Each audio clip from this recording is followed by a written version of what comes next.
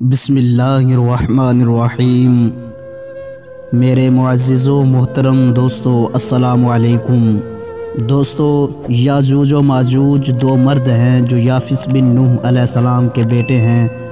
इन्हें याजूज व माजूज इसलिए कहा जाता है कि ये बहुत कसरत से हैं और सख्त हैं, और फरमाया कि क़यामत तक तमाम इंसान 10 हिस्से होंगे, जिनमें 9 हिस्से याजूज व माजूज होंगे और एक हिस्सा बाकी लोग होंगे। इनमें एक किस्म है जो बहुत लंबे हैं और वो हशरातुल अर्द, सांप, बिच्छू और परिंदे वग़ैरह खाते हैं।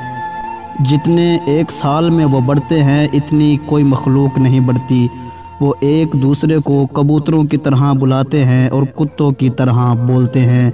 उनमें से बाज़ के सींग, दुम और लंबे लंबे दांत हैं जो कच्चा गोश्त खा जाते हैं। वो 40 ग्रोह हैं जिनकी खलकत एक दूसरे से नहीं मिलती और हर ग्रोह का बादशाह और ज़बान अलहदा है।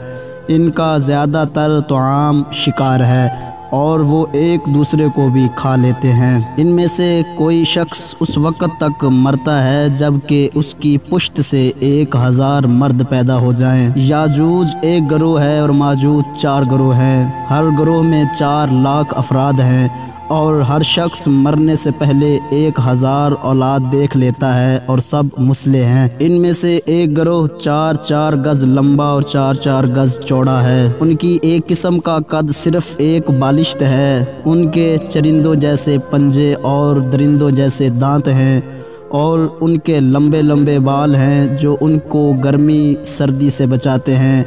उनके कान लंबे लंबे हैं, एक कान में गर्मी और दूसरे में सर्दी बसर करते हैं।